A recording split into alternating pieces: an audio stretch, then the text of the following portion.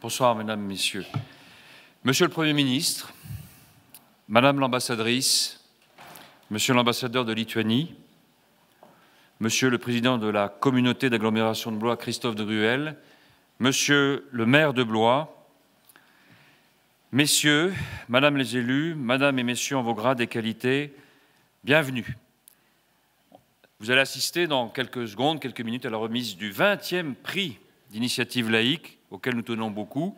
C'est un prix qui est organisé conjointement par la Casden Banque Populaire, la Maïf et la MGEN. Une fois encore, il s'agit de récompenser et de mettre en avant des actions et des initiatives qui montrent un engagement de premier plan dans le présent, tout en utilisant l'histoire et la mémoire afin de défendre et d'illustrer des valeurs de la laïcité. Alors, sans plus tarder, j'invite à me rejoindre pour la remise du prix les représentants des trois mutuelles. François Brun, oui, président de la Casden. Mathias Savignac, président de la MGEN. Christophe Gelin, mandataire du conseil d'administration de la Maïf, représentant Yves Pellissier, président de la Maïf. Patrick Humoer, chargé de mission du président, donc auprès du président de la Casden. Et sans plus tarder, encore une fois, je vais laisser immédiatement la parole à Monsieur François Brun, président de la Casden. À vous, je vous en prie.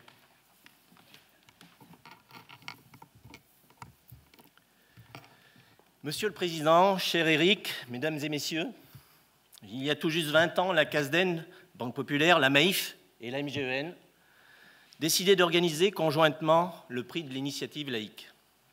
Je tiens ici à remercier particulièrement Francis Chevrier, qui a accepté avec évidence d'accueillir ce prix dans le cadre des rendez-vous de l'histoire de Blois. Ce festival populaire accueille chaque année plus de 45 000 personnes, et en particulier des jeunes soucieux de mieux comprendre le monde et ainsi exercer une citoyenneté active. Le prix de l'initiative laïque distingue des initiatives ou des actions qui sont porteuses des valeurs humanistes, de laïcité et d'universalisme dans l'esprit de la loi de 1905. Comment ne pas se souvenir de ces grands noms qui ont participé à l'une des plus grandes batailles idéologiques et politiques de l'histoire de France?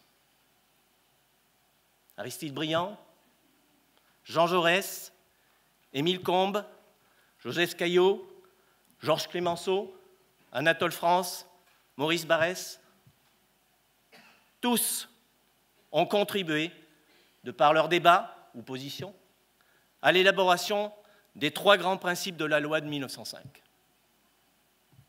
La séparation des institutions publiques et des organisations religieuses, la liberté de conscience et celle de manifester ses convictions dans les limites du respect de l'ordre public, l'égalité de tous devant la loi, quelles que soient ses croyances ou ses convictions.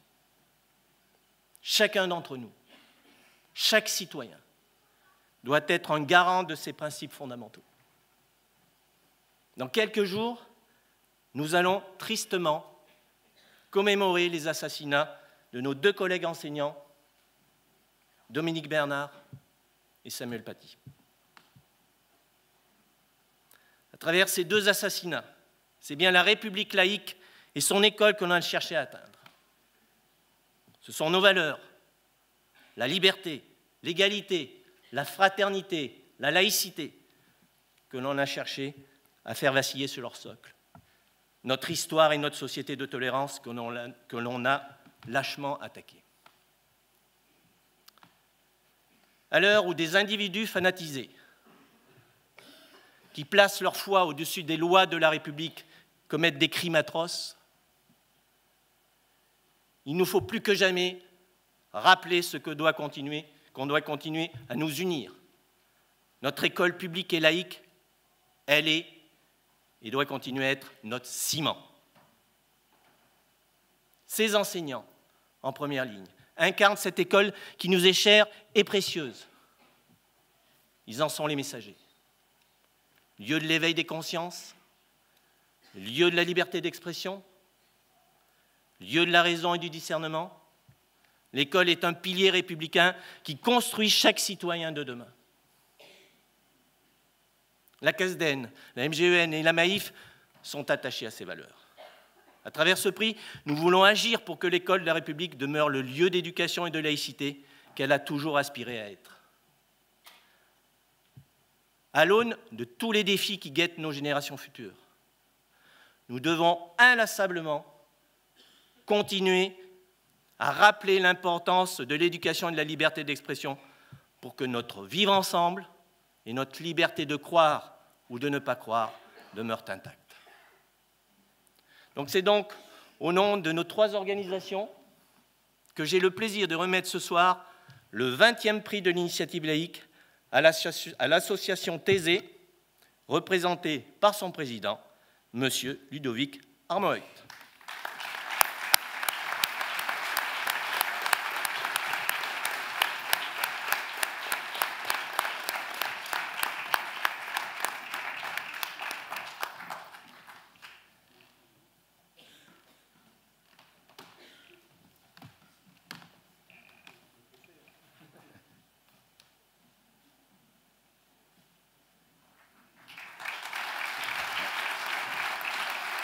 On va demander au lauréat de venir ici pour parler du projet qui l'a conduit à la victoire.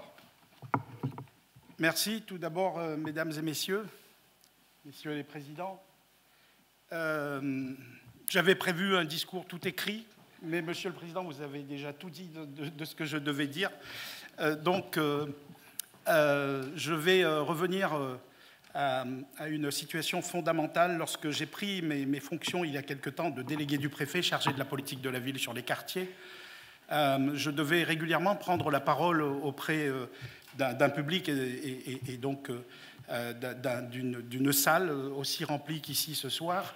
Et j'avais beaucoup de mal, donc au bout de 3 mois, j'ai cherché à démissionner de mon poste. Et le préfet me dit, n'essayez pas de faire des discours qui vont vous dépasser, parlez avec le cœur. Donc c'est ce que je vais essayer de faire ce soir, rapidement, je le sais. Donc tout d'abord, remercier ceux qui m'ont fait confiance lorsque j'ai lancé cette action sur le territoire girondin, mais également en préfecture d'Île-de-France. Les préfets donc, de la Gironde et de l'Île-de-France, mais également particulièrement le préfet délégué à la défense et à la sécurité de la zone sud-ouest, Martin Guépraud, qui a cru en mon projet, qui a trouvé fou le fait de lancer une action sur le décrochage républicain.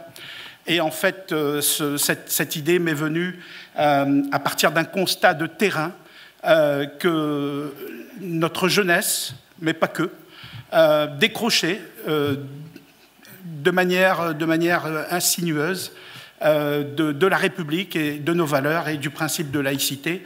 Donc j'ai cherché à mon niveau, humblement, avec une petite équipe, à travailler, à casser ce rythme de décrochage républicain. Et donc ça a donné lieu à un projet qui a pour essence de mettre en place des outils pour aller dans les collèges, dans les lycées, mais d'abord dans les classes primaires, parce que ça se passe d'abord là, pour aller convoquer les consciences et amener l'adhésion à nos valeurs de la République.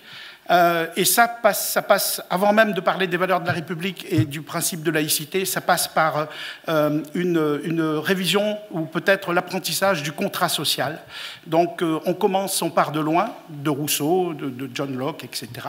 Même en primaire, ils arrivent à comprendre, bien sûr, on adapte le discours. Et en fait, donc, on a mis en place des outils. D'abord une Marianne cartoonisée qui plaît aux jeunes, aux élèves. Donc, alors ça c'est un peu petit, vous ne le verrez pas bien, mais donc c'est une Marianne qui a été dessinée par un auteur de BD, un policier auteur de BD, et donc qui permet donc de travailler avec un support Jones.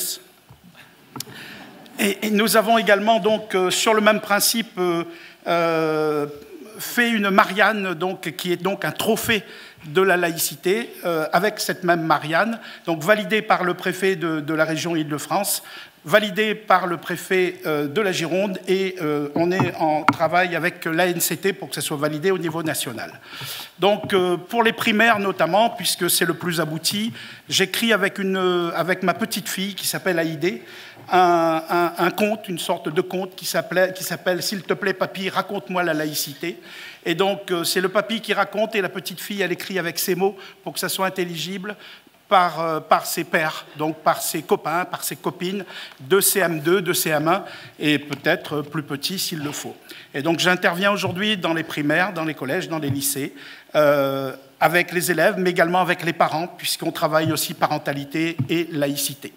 Voilà. Je peux en dire beaucoup plus. On a également donc créé un diplôme sur l'engagement et sur l'adhésion aux valeurs de la République. Donc ce diplôme signé par le préfet, signé par la directrice de la CAF et la directrice académique, donc qu'on remet à tous les jeunes qui participent à des actions qu'on mène, théâtralisation des discours de la loi de 1905, par exemple. Donc, mais vous n'allez plus m'arrêter si... voilà, donc... Si, je vous arrêterai.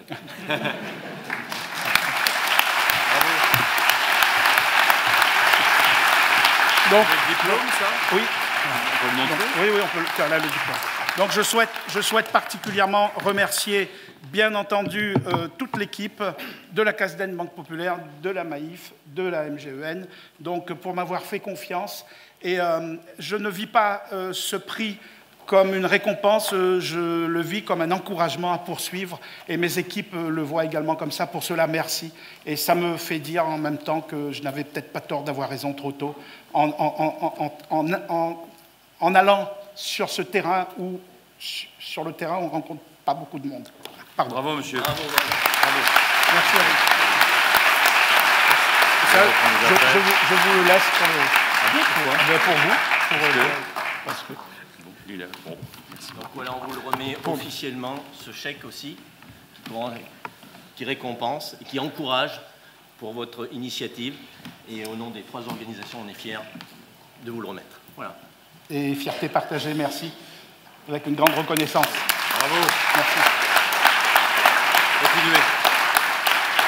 C'est un effet levier indéniable. Merci.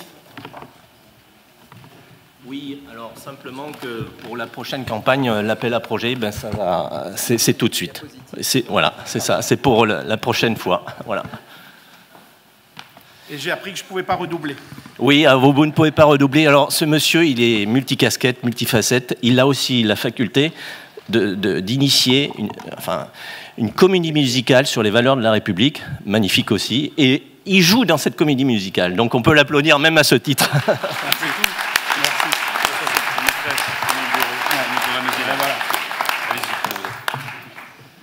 Vous aviez autre chose? Non, je reprends mes... Merci. Bien, avant que d'appeler un des présidents, notre valeureux Jean-Noël Jeanneney, très compétent président du Conseil scientifique des rendez-vous de l'histoire, j'en profite en tant que président du Conseil d'administration des rendez-vous d'histoire pour saluer mes collègues du Conseil d'administration. J'en profite pour saluer les membres du Conseil scientifique qui se rejoignent aussi à Blois, qui devient un carrefour pour ce week-end d'octobre. J'en profite aussi pour remercier évidemment toutes les équipes qui travaillent avec nous, dirigées par Francis Chevrier, et les dizaines de bénévoles, jeunes et moins jeunes, qui sont les Blaisois. Et n'oublions pas que les Blaisois sont la première main-d'œuvre pour nous, pour que la réussite des rendez-vous de l'histoire et de cette soirée, entre autres. Et bien sûr, merci à tous les amis fidèles festivalières que vous êtes. J'en profite donc maintenant pour inviter Jean-Noël Jeanneney, qui maintenant a la voix chaude depuis ce matin, après tous ces discours, Jean-Noël, pour nous présenter la conférencière du 27e rendez-vous de l'histoire. Oui, que Magali Reguezza-Zit ait accepté d'être l'oratrice de cette conférence inaugurale nous réjouit le cœur. Quand un conseil scientifique comme celui que j'ai l'honneur de présider se réunit, il est toujours très intéressant de voir comment progressivement se dessinent les décisions, ou en tout cas les propositions. Et quelquefois, il y a des affrontements, on sent des sympathies, des hostilités. Et là, c'était très intéressant, j'ai trouvé, parce que le nom a été jeté par quelqu'un, et puis progressivement, tout autour de la table, l'évidence s'est installée comme une sorte de chœur antique qui disait « Mais oui, quelle bonne idée, quelle bonne idée !» Et chacun avait son argument pour cela. C'est cela est pour dire la richesse de la personnalité que je vais avoir l'honneur d'accueillir. Vous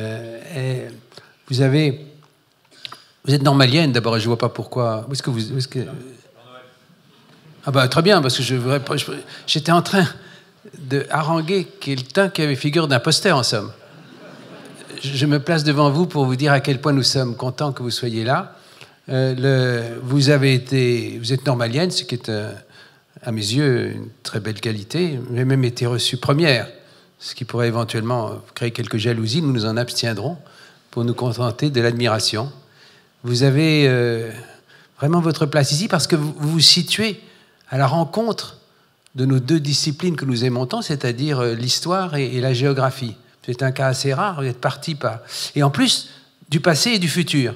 Alors vraiment, si j'étais anglais, je dirais The Right Woman, mais je ne le dis pas parce qu'il ne faut jamais parler anglais ici. Donc, vous avez été d'abord historienne de l'Antiquité romaine, et maintenant vous êtes, je ne dirais pas historienne, mais vous êtes spécialiste dans l'avenir, en particulier de la cité, puisque vous allez nous parler de l'avenir de la cité.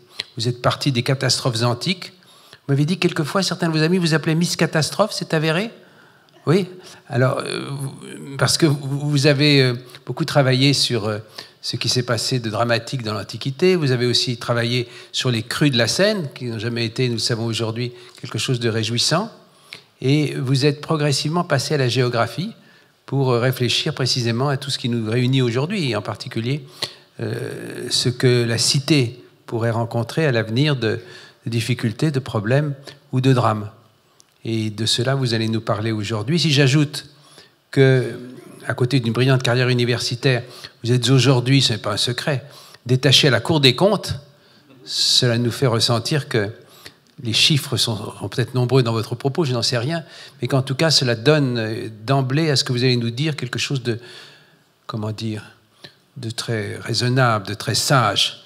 Mais je subodore qu'en plus, il y aura quelques fantaisies et je suis sûr que nous n'allons pas nous ennuyer. Merci beaucoup d'être ce que vous êtes et merci d'être ici.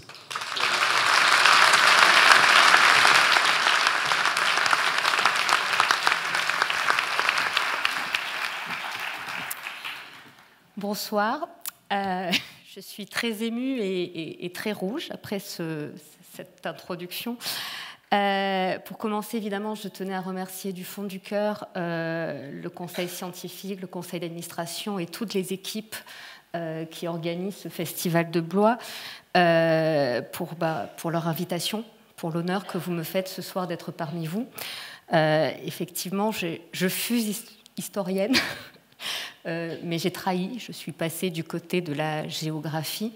Et je vous avoue que mes collègues géographes n'ont pas manqué ces derniers mois, depuis que mon arrivée à Blois a été annoncée, de m'envoyer quelques piques en me disant que l'honneur de la discipline reposait quelque peu sur mes épaules.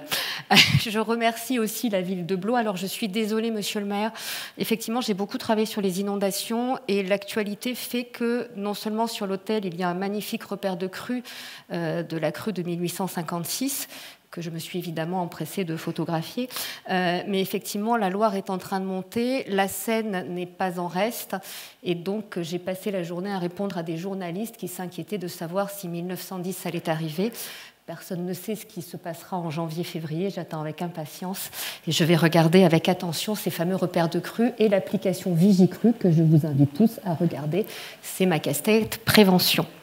Je tiens évidemment à remercier l'ensemble des festivaliers qui sont ici. Je m'adresse en particulier à mes collègues enseignants d'histoire-géographie parce que j'ai la chance d'être ici, mais nous partageons tous, enseignants, chercheurs, non seulement les mêmes diplômes, mais aussi la même envie. J'ai été très émue par le discours sur la laïcité, je pense à mes collègues décédés, la même envie de transmettre ces connaissances, la même envie de nous engager dans la cité, qu'elle soit urbaine ou qu'elle soit démocratique, pour transmettre effectivement ces connaissances et vous inviter ensemble ce soir à réfléchir à ce que notre passé peut nous dire sur l'avenir, à ce qu'il ne peut pas nous dire, à la place aussi de l'histoire et au rôle des historiens et des chercheurs dans la cité, trop souvent taxés de militantisme, trop souvent taxés de sortir de leur rôle alors que nous ne faisons que notre travail, simplement notre travail, et que parfois nous sommes en porte-à-faux, parfois nous sommes en colère, parfois nous sommes déprimés, certains jours désespérés par l'impuissance justement à transmettre et à permettre à chacun de nos étudiants, de nos élèves, de se déterminer à leur âme et conscience par rapport aux défis qui nous attendent. Je conclurai ces remerciements par une adresse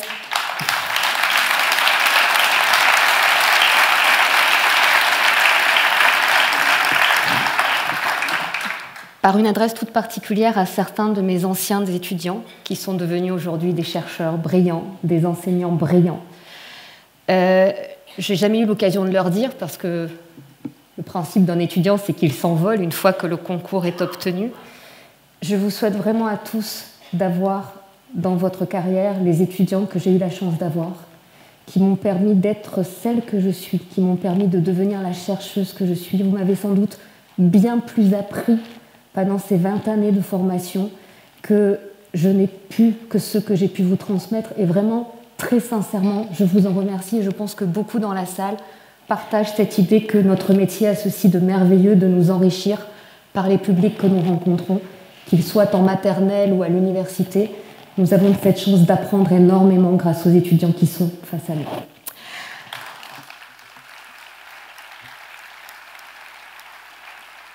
Alors,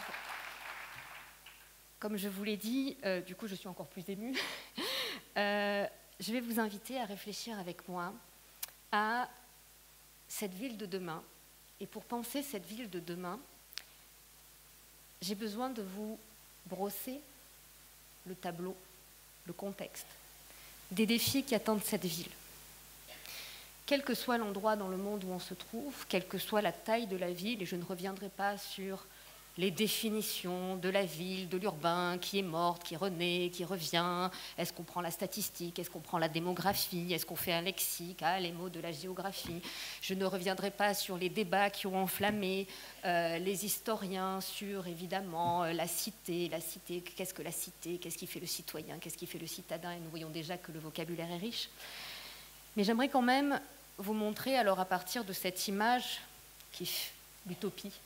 Vous vous souvenez de l'île de Thomas More, la ville du futur, c'est la ville qui flotte. Effectivement, nous sommes dans une année particulièrement humide, avec une remontée du niveau marin qui s'accélère. Est-ce que c'est ça la ville de demain? Je ne réponds pas à la question, mais vous aurez compris que le problème est un peu plus compliqué que ce joli dessin fait de bleu et de vert qui semble être les prochaines couleurs de notre avenir radieux qui s'ouvre avec la transition écologique que chacun appelle de nos voeux, mais que, Anne, ma sœur Anne, nous tardons à voir venir. Comme je suis géographe, je vais commencer par vous raconter une petite histoire avec ce sablier qui est fabriqué par le Haut Conseil pour le climat, dont j'ai eu l'honneur d'être membre. Ce sablier avec la planète qui nous interroge sur le temps des hommes, le temps des civilisations, et le temps d'une planète qui n'a pas grand-chose à faire de nous, petits humains. Et je vais commencer par une vidéo, j'espère que je vais arriver à la lancer, qui est une vidéo de la NASA. Je suis géographe, je commence par vous montrer la Terre vue du ciel, et je commence par vous parler d'espace. Ce que vous voyez là, c'est une vidéo qui a été faite par la NASA en 2006, vous auriez à peu près la même aujourd'hui. Et si vous regardez en bas le petit compteur, ce sont les mois qui défilent. Ce que vous voyez en orange, jaune et rouge, ce sont les émissions de gaz à effet de serre. Mes collègues du secondaire pourraient vous dire que nous voyons déjà les pôles de la triade, les fameux pôles de la triade avec leurs émissions, l'Europe, les États-Unis, et puis cette Asie-Pacifique. Et ce que vous voyez, c'est que le CO2 n'a pas de frontières. Peu importe d'où vient la molécule de CO2 qui va venir s'accumuler dans notre atmosphère, peu importe pour quelle raison elle est émise, peu importe d'où elle vient, elle se fiche pertinemment des limites tracées par les hommes et par l'histoire. Nous sommes au mois de mai et vous voyez que ce CO2 s'est répandu dans l'hémisphère nord. Bizarrement, les pays des Suds, qui sont pourtant des puissances émergentes, le Brésil, l'Afrique du Sud, et puis des pays comme l'Australie, qui sont quand même des puissances développées, on ne voit pas d'émissions. Nous sommes en juin et que se passe-t-il? L'hémisphère sud continue à rester dans le vert, l'hémisphère nord, on ne voit plus le CO2. Alors beaucoup de gens, quand on leur montre cette vidéo, disent c'est normal, le chauffage baisse. Certes. Quand je montre cette image, cette vidéo à des élèves du secondaire, ils me disent tout de suite que la différence entre le nord et le sud, c'est l'océan. Et c'est vrai. L'océan, c'est un puits de carbone naturel. À chaque fois qu'on émet 10 molécules de CO2, 3 molécules vont dans l'océan. C'est ce qui explique d'emblée que l'hémisphère sud est beaucoup mieux doté que nous et que le CO2 qui est émis dans l'hémisphère sud est en partie recapté par l'océan mondial, l'océan global. Dans le nord, eh bien, c'est tout simplement les saisons. Car qu'est-ce qui se passe jusqu'au mois d'octobre? C'est que la végétation pousse, les forêts sont là, le puits de carbone terrestre est là, et les molécules de CO2 sont captées par ce puits de carbone terrestre. C'est ce qui vous explique qu'à partir du mois d'octobre, les émissions repartent. Et elles repartent évidemment à nouveau pour s'accumuler dans l'atmosphère. Cette vidéo vous montre la part de l'homme dans les émissions de gaz à effet de serre et le rôle de ces puits de carbone qui sont jusqu'à présent nos meilleurs alliés pour lutter contre cette accumulation de CO2 dont il est démontré aujourd'hui qu'elle est intégralement responsable du réchauffement anthropique de la planète. Et pour vous donner une idée de ce qu'est ce réchauffement de la planète, je vais vous montrer ici, cette fois-ci, l'histoire. Notre petite histoire et la grande histoire. Ce que vous voyez ici, ce sont les émissions de gaz à effet de serre telles qu'elles sont mesurées à la surface du globe. Alors les petits points que vous voyez, ce sont des stations de mesure. C'est assez pratique. Aujourd'hui, on sait bien mesurer ça. On a un peu des stations partout et on se fonde sur 2 stations principales, Hawaï et une autre station sur les pôles, qui permettent en gros d'avoir la teneur atmosphérique de CO2 dans l'atmosphère. Ce que vous voyez là, c'est l'augmentation depuis 1978. Alors, je ne suis pas responsable du début de la frise, mais il se trouve que c'est mon année de naissance. Je ne suis plus de première jeunesse, comme disent mes filles. Et ce que vous voyez, c'est depuis 1978, voici ce qui se passe dans notre atmosphère. Le CO2 ne cesse d'augmenter, le CO2 ne cesse de croître, et il n'est plus absorbé par les puits de carbone naturels. C'est exactement comme quand vous vous nourrissez. Votre métabolisme est capable d'absorber, il en a même besoin des calories pour fabriquer son énergie, pour penser, pour courir, pour réfléchir. Mais au bout d'un moment, si vous mangez trop, eh bien, la graisse vient s'accumuler pour les uns sur vos fêtes, pour les autres sur votre ventre. Nous connaissons tous ce petit problème. Il se trouve que nous avons beaucoup mangé par rapport à ce que notre planète était en capacité d'absorber naturellement. Ce que vous voyez là, donc, c'est ce qui se passe depuis 1980. Nous allons remonter dans le temps jusqu'à la période dite pré-industrielle. Cette période qui commence à peu près à 1850-1900 et à partir de laquelle les experts du GIEC ont évalué l'ampleur du réchauffement climatique global. Cette ampleur du réchauffement climatique global, vous la voyez, et puis vous voyez, nous remontons encore dans le temps. Nous arrivons à la période du réchauffement holocène, celle qui a permis à l'humanité de se sédentariser, celle qui a vu la naissance de l'agriculture, puis des premières villes. Et puis nous remontons encore dans le temps, très très loin dans le temps. Ceci pour vous faire prendre conscience du changement qui est en train de se produire aujourd'hui par rapport aux échelles de temps qui sont celles du temps de l'histoire et du temps des sociétés. L'humanité, si nous continuons sur les trajectoires actuelles, va réussir en 150 ans à réchauffer davantage la planète que ce que la nature est capable de faire en plus de 125 000 ans.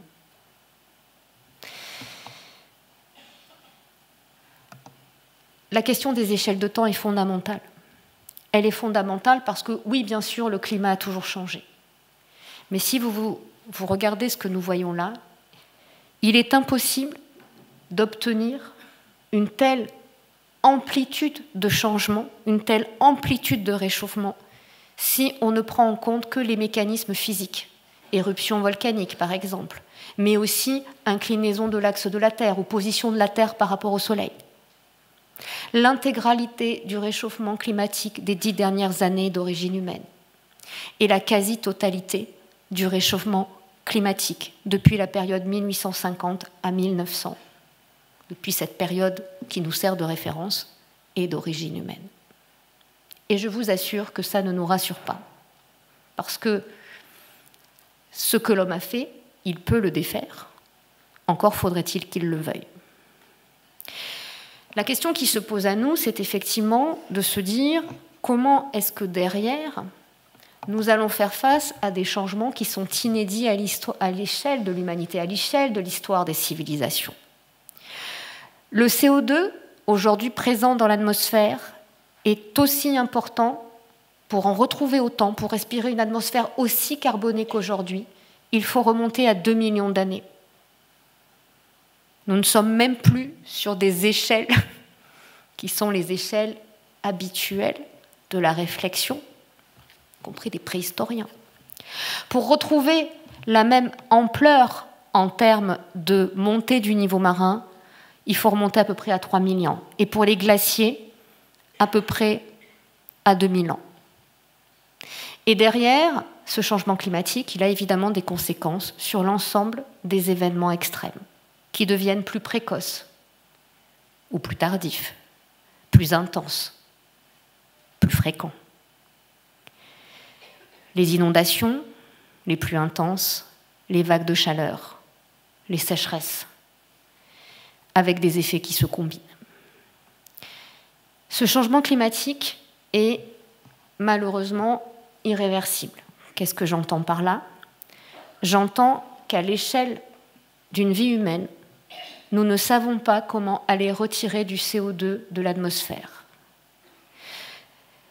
Ça signifie une chose importante. Comme il a été longuement expliqué à de multiples reprises dans les instances internationales, dans les différents rapports, dans ce que les scientifiques essaient de dire au quotidien, que ce soit dans les sciences de la vie et de la Terre, de la planète, mais aussi dans les sciences humaines et sociales, pour stopper ce réchauffement de la planète, nous devons cesser d'ajouter du CO2 dans l'atmosphère. Plus aucune molécule de CO2 dans l'atmosphère. Il faut arrêter de grossir, si vous préférez. Plus de molécules de CO2 dans l'atmosphère, c'est ce qu'on appelle la fameuse neutralité carbone. Ça ne veut évidemment pas dire qu'il faut arrêter de respirer, comme je l'entends encore trop souvent. Ça serait un petit peu dangereux. Mais ça veut dire qu'il faut que nous nous assurions que ce que nous émettions soit recapté par des puits naturels ou par des technologies humaines que malheureusement nous ne maîtrisons pas encore. Tant que nous n'aurons pas atteint la neutralité carbone au niveau mondial, je dis bien mondial, le thermomètre continuera de monter. La première bonne nouvelle de ce soir, c'est que dès que nous y arrivons, la température se stabilise quasi immédiatement. Alors malheureusement, si nous arrivons à 2 degrés, ça s'arrête à 2 degrés. Si c'est à 3, c'est à 3. Si c'est à 4, c'est à 4, et ainsi de suite. Concrètement, ça veut dire que ni vous, ni vos enfants, ni vos petits-enfants, ni même vos arrière-petits-enfants ne connaîtront plus jamais le climat que vous, vos parents, vos grands-parents, les hommes du Moyen-Âge, les hommes de l'Antiquité, les hommes du Néolithique, ceux qui habitaient les premières villes, ont connu. Et que nous entrons dans une ère inédite où les villes vont avoir à faire face à de nouveaux défis. Et ces défis, c'est tout simplement l'irruption d'une nature que nous avons totalement transformée dans les mécanismes qui, jusque-là, avaient été contrôlés par le progrès. C'est ce qu'on appelle la modernité réflexive. À un moment donné, la ville, qui est le symbole de cette modernité, qui est le symbole de cette protection, nous avons des assureurs ici. Historiquement, la ville, c'est la forme spatiale de l'assurance. Vous allez en ville parce que la ville vous protège. Et encore aujourd'hui, quand il y a des catastrophes naturelles, la campagne va à la ville. On va un petit peu se réfugier à la campagne, mais très vite, on revient à la ville parce que c'est là que sont les ressources, parce que c'est là qu'est l'aide, parce que c'est là que sont les ONG, parce que c'est là que sont les subsides, parce que c'est là que sont les secours, les hôpitaux et les moyens de s'échapper. Eh bien, la ville aujourd'hui va devoir faire face à des défis inédits qui mettent en péril sa sécurité et qui mettent en péril la sécurité de ses habitants, mais pas que. Car la ville, évidemment, ce n'est pas que des citoyens et des citadins, ce sont aussi des activités marchandes, des activités économiques, de l'innovation, de la culture, bref, tout ce qui fait dans l'Occident moderne la civilisation, cette fameuse civitas où le politique rencontre le social. Alors ce que je vous ai mis ici, c'est une carte assez sympathique où vous pouvez jouer à regarder votre ville à horizon 2030-2040. Et c'est intéressant, la géographie place sur la carte des villes. Dans l'état actuel de nos émissions, en 2030-2040, vous voyez par exemple que Orléans passe de 8 jours de canicule par an à près de 24 jours en moyenne. Et ces 24 jours en moyenne, donc ça peut être des années avec 40, 50 jours, des années avec évidemment moins. Je ne vous ai pas donné le niveau de température qui peut être atteint. Sachez simplement que dans des villes comme Paris, la question n'est plus de savoir si nous aurons 50 degrés, mais quand nous aurons 50 degrés. Et ce que vous voyez aussi, c'est la remontée du niveau marin, qui, elle, malheureusement, ne s'arrêtera pas avec l'arrêt du changement climatique, ça ne peut que le ralentir. Toutes ces villes côtières, villes touristiques notamment, pensez à tout notre patrimoine, notre histoire du tourisme sur ces littoraux français, mais également toutes nos villes d'art. Je me suis limitée à la France, mais nous pourrions penser à toutes ces magnifiques villes européennes, Venise en premier lieu, qui évidemment risque de disparaître sous les flots.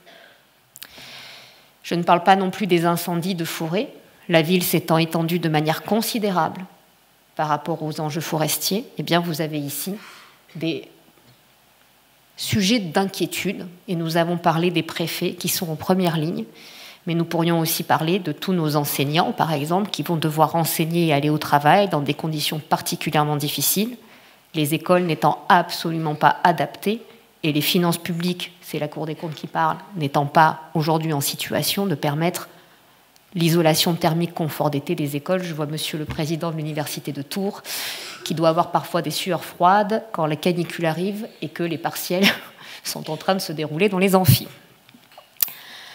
Alors, ces villes au défi du changement climatique, qu'est-ce qu'elles nous disent aujourd'hui et qu'est-ce que l'histoire peut apporter? Et je vous soumets cette interrogation parce que, d'une certaine manière, dans ces histoires de changement climatique, on voit beaucoup, et c'est heureux, les sciences physiques, les sciences du climat. De plus en plus aussi les sciences de la biodiversité étant un atout majeur pour lutter contre ce réchauffement et contre les effets de ce réchauffement. Et on va parler tout à l'heure du verdissement des villes. Mais que peut nous dire l'histoire ? Est-ce que l'historien est simplement convoqué pour nous parler d'un temps passé qui serait forcément meilleur? Parce que vous le savez bien, le passé c'est toujours mieux.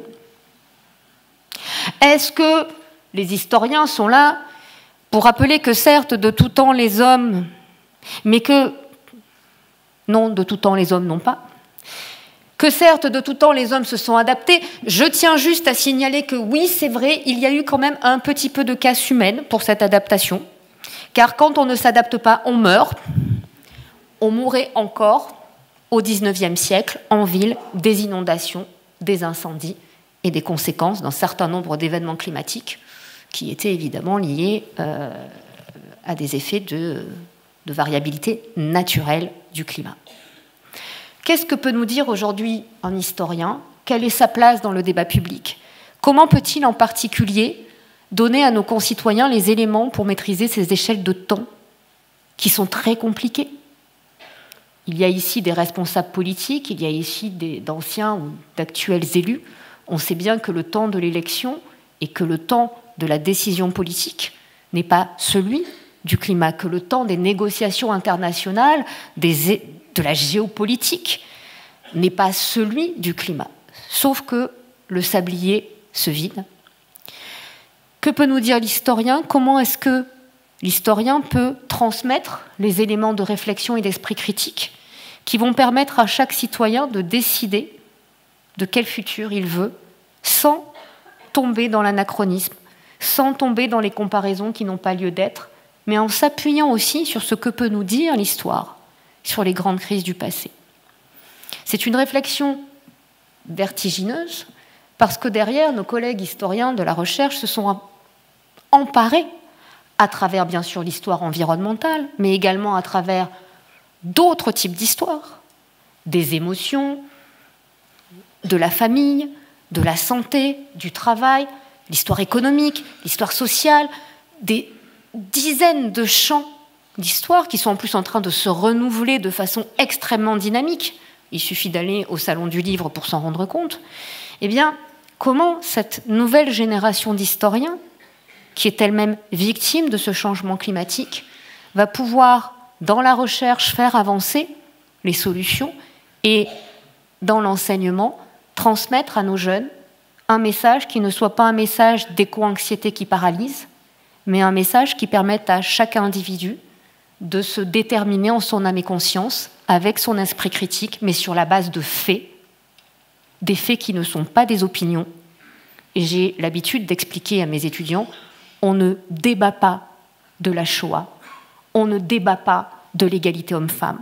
On peut en discuter, on peut dialoguer avec nos élèves, on peut poser les éléments pour qu'ils comprennent pourquoi il s'agit de faits scientifiques, démontrés et prouvés. On ne débat pas de ces sujets. Et bien de la même façon, on ne débat pas du changement climatique, de ses causes et de ses conséquences, parce que ce sont des faits qui sont prouvés.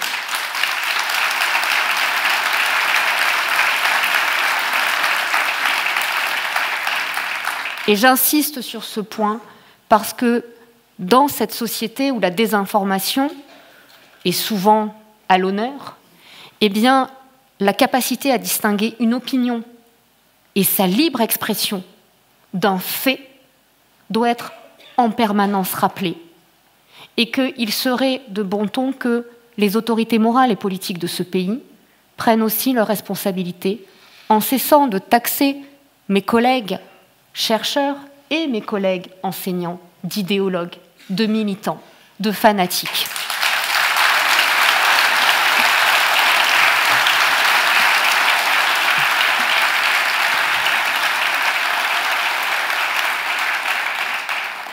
Je fais un léger pas en dehors de mon devoir de réserve. Ce que je viens de dire n'engage évidemment que moi. Il est 19, presque 20 heures. Un vendredi, je considère que je suis en week-end. Alors, je reviens à mes impacts du changement climatique sur les villes. Ces impacts, ils sont absolument énormes parce qu'en fait, le principe du changement climatique, c'est que ce sont des risques qu'on appelle systémiques. Peut-être que vous vous souvenez quand on était jeune, alors les plus jeunes dans la salle, non, mais après tout, être né après les années 2000, ça ne devrait pas être permis. Vous aviez cette publicité, vous savez, pour les morceaux de sucre, où on poussait le domino. Et vous vous souvenez, le changement climatique, c'est ça. Les assureurs le savent très bien. C'est marabout, bout de ficelle. Vous avez un risque global qui va avoir un impact sur, par exemple, une inondation. Cette inondation va inonder un réseau électrique qui lui-même va paralyser un système de refroidissement des données, et c'est un blackout au niveau des serveurs de données, qui eux-mêmes vont paralyser l'activité économique et les réseaux de transport, qui eux-mêmes vont empêcher les services de crise de venir, qui eux-mêmes vont paralyser l'hôpital, qui eux-mêmes vont paralyser l'activité économique. À ce moment-là, vous allez avoir des répercussions sur les pertes, avec des répercussions sur les assureurs, qui eux-mêmes sont réassurés par la Caisse centrale de réassurance quand il s'agit de risques naturels. Vous allez avoir des impacts sur la santé physique, sur la santé mentale, et de fil en aiguille, eh bien, vous allez avoir des risques qu'on appelle systémiques, des risques globaux, qui vont se déployer au point de paralyser la ville et son activité. Et comme nous sommes dans un monde où les territoires sont très interdépendants et où les villes polarisent leur territoire, c'est la géographe qui reprend sa casquette, eh bien, ces perturbations initiales peuvent se diffuser de manière très rapide. C'est ce que vous avez vu pendant le Covid. Il ne s'agit pas simplement d'une diffusion comme la peste noire, où on se diffusait de proche en proche avec la peste, il s'agit d'une ubiquité qui fait qu'en fait les villes aujourd'hui sont à la fois le réceptacle des menaces, mais aussi les points nodaux de la diffusion des effets, qui vont toucher des territoires, des populations et des activités qui peuvent parfois être très très éloignées de ces villes-centres.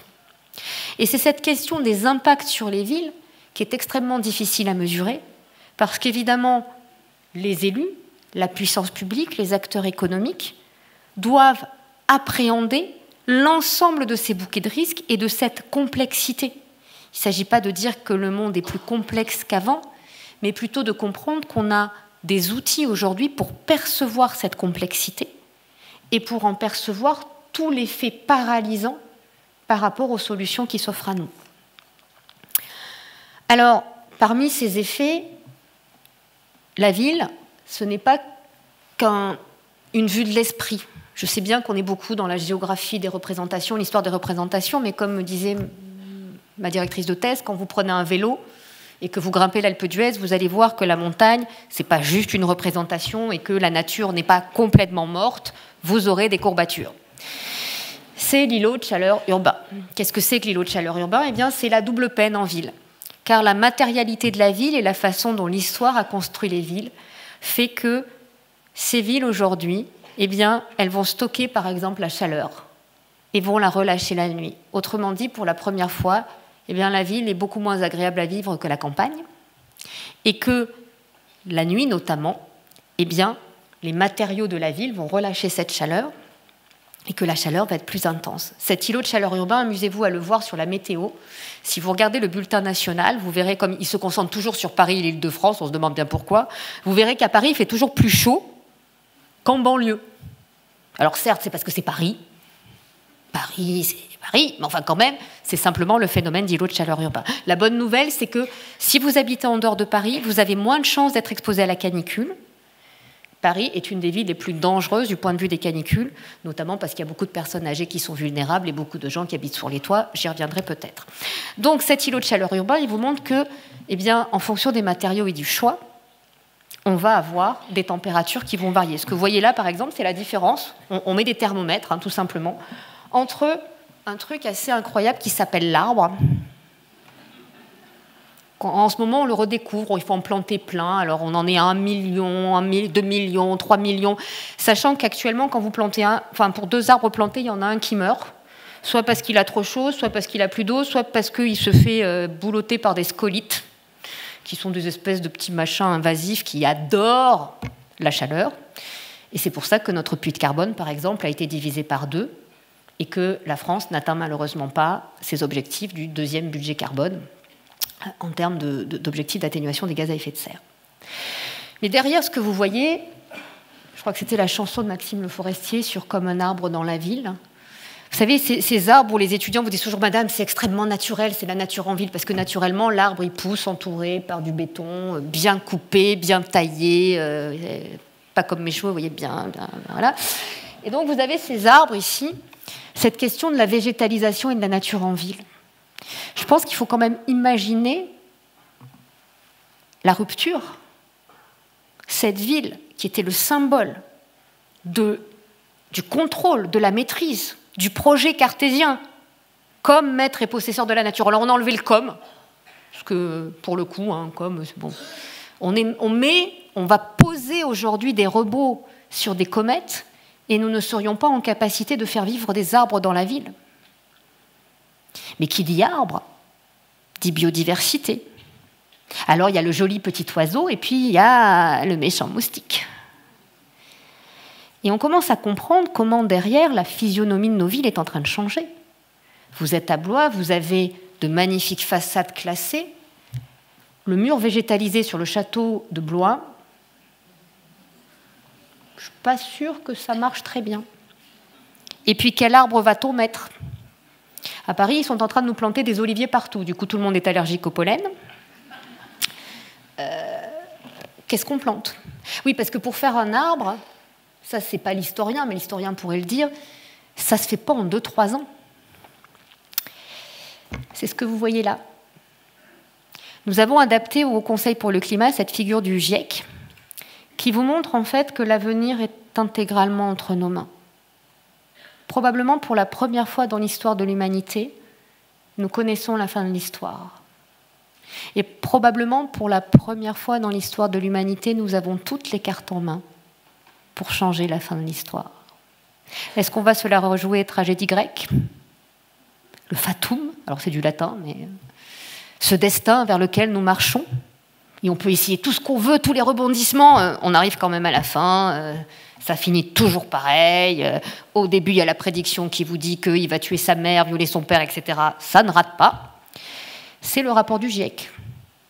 Le rapport du GIEC écrit très clairement ce qui va se passer. Ce qui va se passer, c'est ça. En fonction de nos trajectoires d'émissions, eh bien, notre futur ne sera pas le même. Si nous atteignons la neutralité carbone à l'échelle mondiale en 2050, nous maintiendrons le réchauffement climatique bien en dessous des 2 degrés. C'est possible. Si nous l'atteignons en 2070, nous le maintiendrons autour des 2 degrés. Voilà ce que ça donne sur ce schéma. Nous sommes en France. En France, donc la trajectoire actuelle des émissions au niveau mondial nous amène à peu près à 3,2 degrés, 3,3 degrés. Juste pour vous donner une idée, à 1,5 degré, 70% des coraux mondiaux disparaissent. À 2 degrés, 90 à 99% des coraux mondiaux tropicaux disparaissent.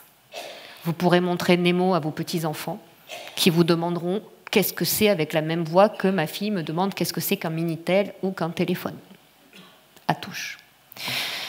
Ce que vous voyez là, donc, c'est sur la France. Si nous atteignons ce 3 degrés au niveau mondial, en France, nous serons à 4 degrés en moyenne. Pour vous le faire simple, ça veut dire que l'été 2022 sera un été froid. Il sera un été normal en 2050. Dans l'état actuel, nous devrions dépasser le 1,5 degré planétaire début 2030. Placez-vous sur cette frise et regardez par exemple l'année de naissance, votre année de naissance, celle de vos petits-enfants, de vos enfants. Un enfant qui naît en 2022, eh bien à 70 ans, vous voyez que son futur climatique est totalement déterminé par nos trajectoires d'émissions actuelles. Je dis bien nos trajectoires, pas uniquement les Chinois, pas uniquement les Brésiliens, les Indiens, etc. 200 pays au monde ont des émissions qui sont inférieures à 2% du total. Ça signifie concrètement 30% du total des émissions. Même si demain la Chine, l'Inde, le Brésil, les États-Unis arrêtaient d'émettre, si ces 200 pays ne font pas l'effort d'atteindre le zéro net émission, nous n'arriverons jamais à ce niveau bas qui permet d'assurer à ces enfants qui sont encore à l'état de spermatozoïdes de vivre. Et je suis d'accord avec vous, le souci des générations futures ne fait pas l'action présente. Ce n'est pas un guide. Parce que derrière, ces trajectoires-là, elles résultent exclusivement de choix politiques, c'est-à-dire d'inscription à l'agenda dans le débat public. Et si vous avez suivi mon propos depuis le début, ça veut dire que nous avons, en tant qu'enseignants, en tant que chercheurs, une responsabilité. C'est celle, effectivement, de former des citoyens éclairés pour qu'ils puissent, en leur âme et conscience, décider de ce qu'ils souhaitent comme trajectoire pour décarboner et aussi pour adapter nos sociétés, nos territoires et nos villes à ces besoins de la transition. Sachant qu'à chaque fois que le climat se réchauffe, à chaque 10e de degré, eh bien, nos marges d'action se réduisent, ou plus exactement, la marge d'action des personnes les plus fragiles dans notre société se réduit. Alors, la bonne nouvelle, c'est que les experts du GIEC ont examiné l'ensemble des solutions qui sont faisables, accessibles, efficaces, économiquement intéressantes, efficientes, dont le rapport coût-bénéfice est en notre faveur.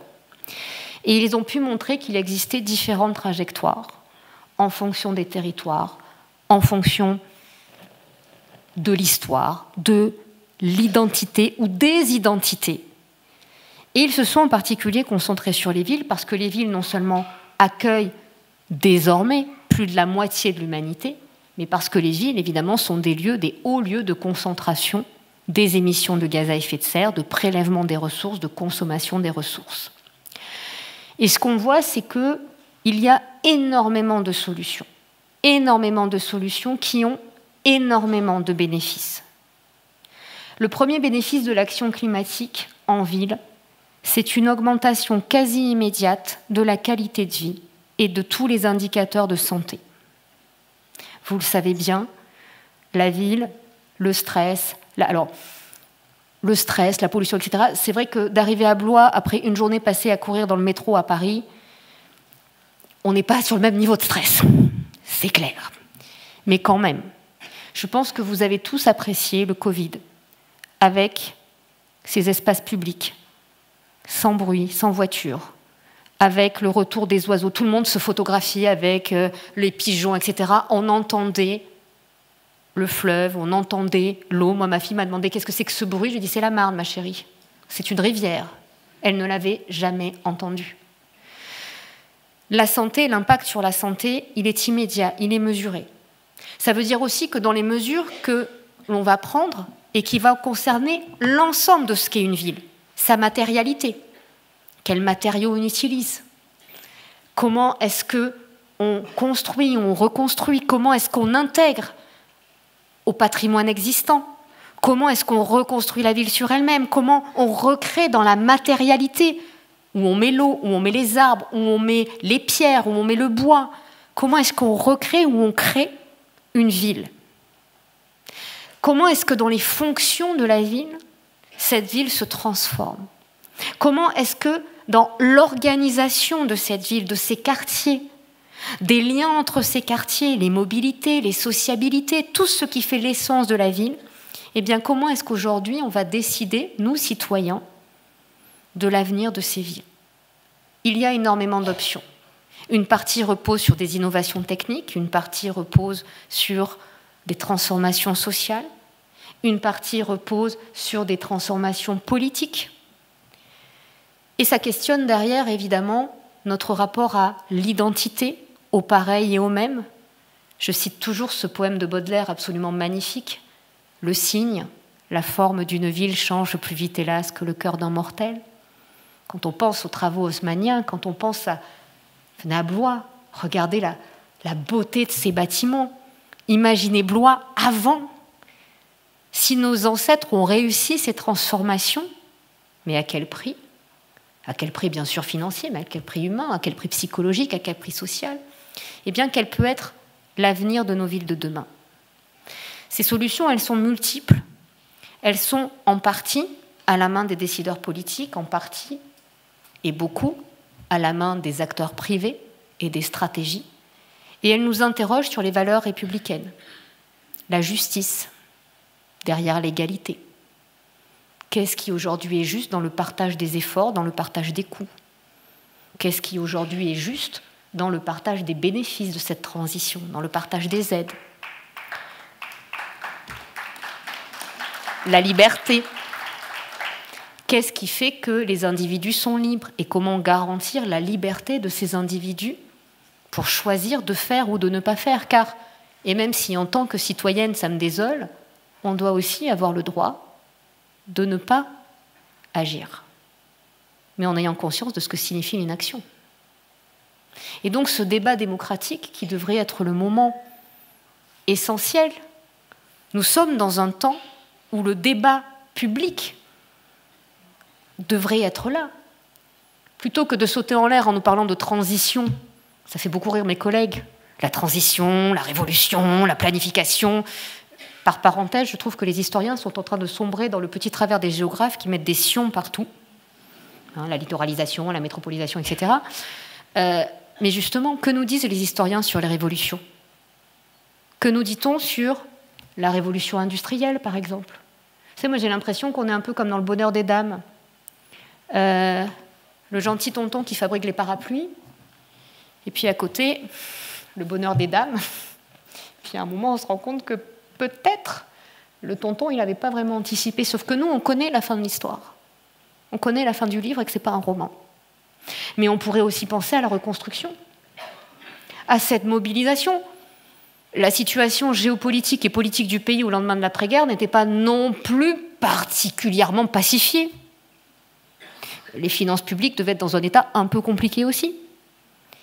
Et donc derrière, c'est ces temps aussi particuliers où notre histoire individuelle rencontre la grande histoire qui aujourd'hui télescope l'histoire de la planète qui, comme je vous l'ai dit, n'en a strictement rien à faire de ce que nous sommes et de qui nous sommes. La planète vivra très bien sans nous, elle a déjà fait, elle continuera.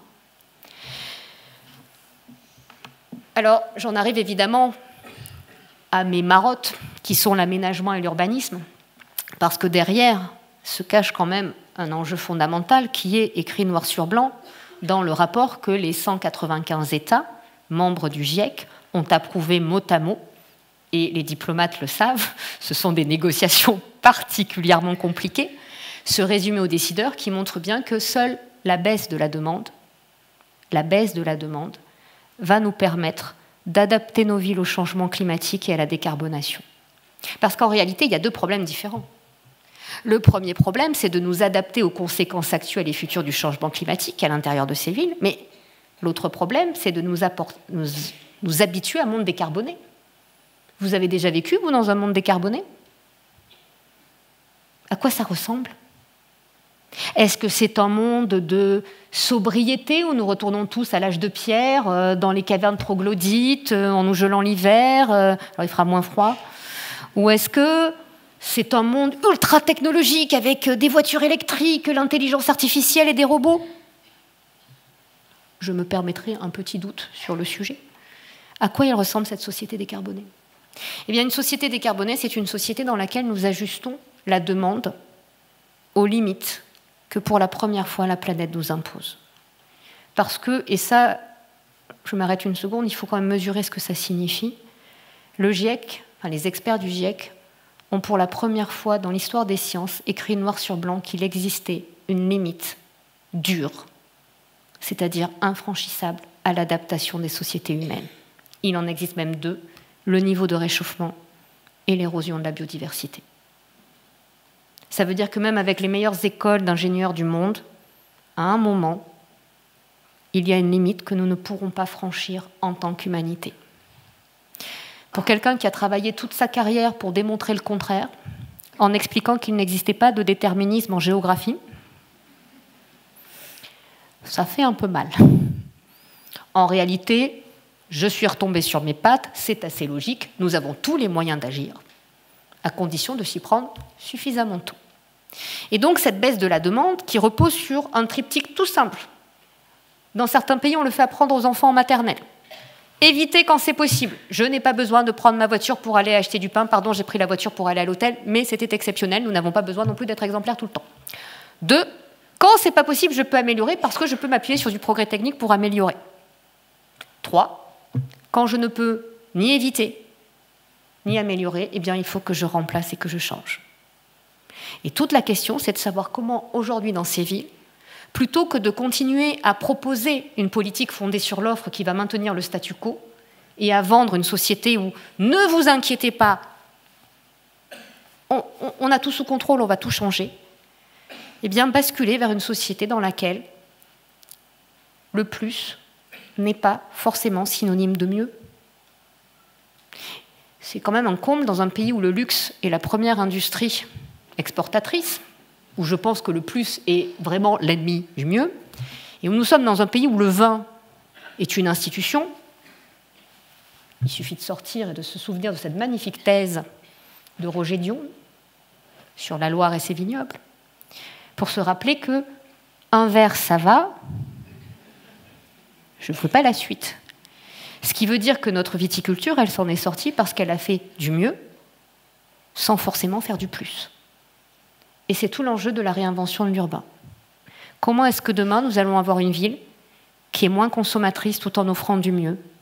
Parce que, je vous l'ai dit en riant, mais on a bien vu aussi pendant le Covid que la vie en ville n'était pas forcément attractive. Alors on a oublié tous les problèmes que posait la campagne, mais enfin, effectivement, la vie en ville, c'est compliqué. Effectivement, beaucoup de personnes sont exclues de la ville ou sont des vulnérables invisibles. Et donc derrière, nous voyons comment la réflexion aujourd'hui et cette page blanche qui s'ouvre peut intégrer ces enjeux de baisse de la demande à travers l'architecture, l'urbanisme, à travers les enjeux aussi de préservation du patrimoine, de végétalisation, à travers des questions d'accès aux services publics, d'accès à l'alimentation, d'accès à tout ce qui fait la qualité de vie de ces fameux espaces publics qui sont la marque de la cité de l'Occident. Cette qualité des espaces publics que l'on retrouve et qui permet de créer du lien social, qui permet de recréer de la cohésion, qui permet aussi de recréer de la vie politique, du débat pacifié, avec des individus qui échangent des points de vue contradictoires, dans le respect de l'autre. Eh bien, la question urbaine, elle se joue là aujourd'hui. Elle se joue dans cette capacité à réinventer, sans faire table rase du passé, des villes qui soient plus vivables, plus justes. Alors aujourd'hui, on dirait plus inclusives, ok, mais qui en tout cas proposent des conditions de vie qui améliorent l'habité, ce fameux habiter, cette fameuse façon d'être au monde, dans le respect des valeurs, dans le respect des représentations, dans le respect des croyances de chacun. Et vous voyez, on a deux modèles. Hein. Alors moi j'aime beaucoup parce que ça c'est ce qu'on trouve dans les manuels, c'est pas du tout simplificateur. Hein. Donc le vert c'est bien, le orange c'est pas bien. Je m'inscris quand même un petit peu en faux, du fait de ma couleur de cheveux. L'orange peut être parfois très bien. Mais grosso modo, c'est vrai que, bon, voilà, ça c'est la ville idéale, ça c'est la ville un peu moins idéale. Je vous rappelle que le GIEC ne recommande rien. Le GIEC ne prescrit rien. Le GIEC, c'est pas prescriptif. Les experts du GIEC se livrent simplement à une revue de l'état des connaissances et nous disent qu'est-ce qui est factuel et qu'est-ce qui ne l'est pas. Et de fait, la meilleure adaptation possible, ça reste l'atténuation. Et donc l'enjeu, il n'est pas si terrible que ça à relever, puisque un projet d'aménagement urbain, c'est 15 à 25 ans. Si vous vous souvenez de ce que je vous ai dit, la neutralité carbone, c'est 2050. On est pile poil dans les temps pour changer la fin de l'histoire. Et pour changer la fin de l'histoire, en intégrant à cette longue, très longue histoire urbaine, ces nouveaux défis qui sont d'une certaine manière les mêmes que ceux qu'ont connus nos ancêtres, mais qui sont aussi très différents par l'ampleur, par la puissance, par la vitesse et par les implications complexes qu'ils posent au quotidien et au moins quotidien à l'ensemble de ces acteurs urbains. Je conclurai là-dessus. On entend souvent dire que finalement la question du développement durable, alors je ne rentre pas sur les sujets d'éducation au développement durable, sinon on y sera encore demain, et sur le bien fondé du développement durable, mais l'idée est la suivante. On entend souvent dire que finalement le climat, l'environnement, les questions écologiques sont des problèmes de riches et que nous interdirions aux gens, aux populations les moins développées d'accéder à ce niveau de développement. Les faits scientifiques sont prouvés une fois de plus. Dans un climat qui se réchauffe au-delà de 2 degrés, l'atteinte des objectifs de développement durable pour tous est impossible, y compris dans les villes européennes, y compris dans nos villes. Je vous rappelle que nous mourons déjà aujourd'hui, nos proches meurent déjà aujourd'hui dans les villes européennes du fait du changement climatique d'origine humaine, puisque des événements qui n'auraient jamais pu se produire dans un climat non réchauffé par l'homme adviennent à cause de ce réchauffement climatique. Surmortalité liée aux vagues de chaleur, aux nuits tropicales, ce qu'on a vu là malheureusement avec cet ouragan qui s'est transformé en tempête et qui est arrivé sur nos côtes. Et je ne parle pas du désarroi des agriculteurs et des drames qu'ils sont en train de vivre en ce moment du fait des pertes de récoltes qui se traduisent par ce que vous connaissez malheureusement, les suicides, les maladies mentales. Je ne parle pas non plus de ce que vivent nos élèves. On a tous vécu la période Covid, on a tous vu ce qui s'est passé en termes de santé mentale pour nos élèves.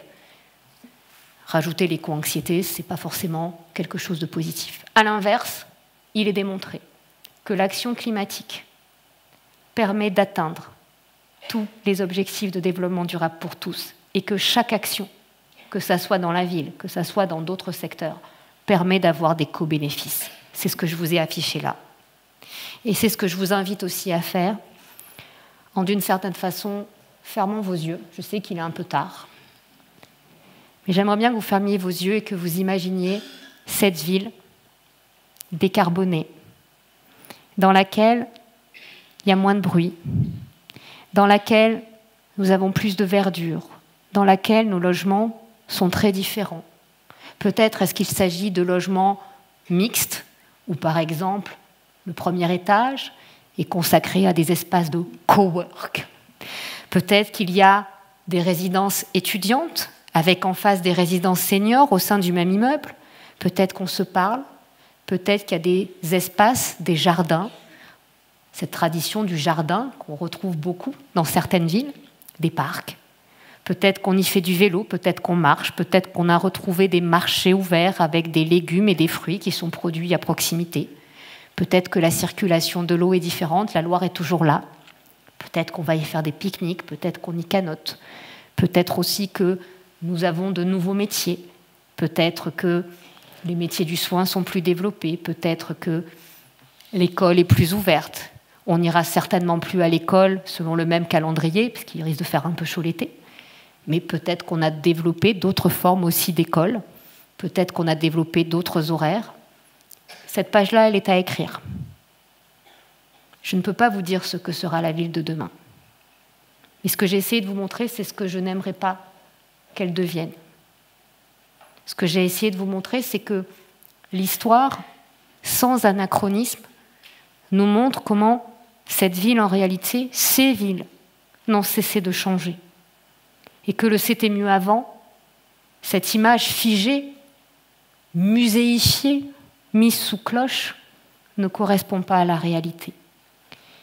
Et que ce qui est fascinant dans l'histoire, c'est que les historiens ont eu ce génie de découper en 4 périodes. Et attention, parce que si vous êtes à cheval sur les deux, c'est compliqué. Et qu'aujourd'hui, le climat les force à regarder de manière transpériode, à parler avec leurs collègues géographes, à parler avec leurs collègues anthropologues, leurs collègues sociologues, leurs collègues physiciens.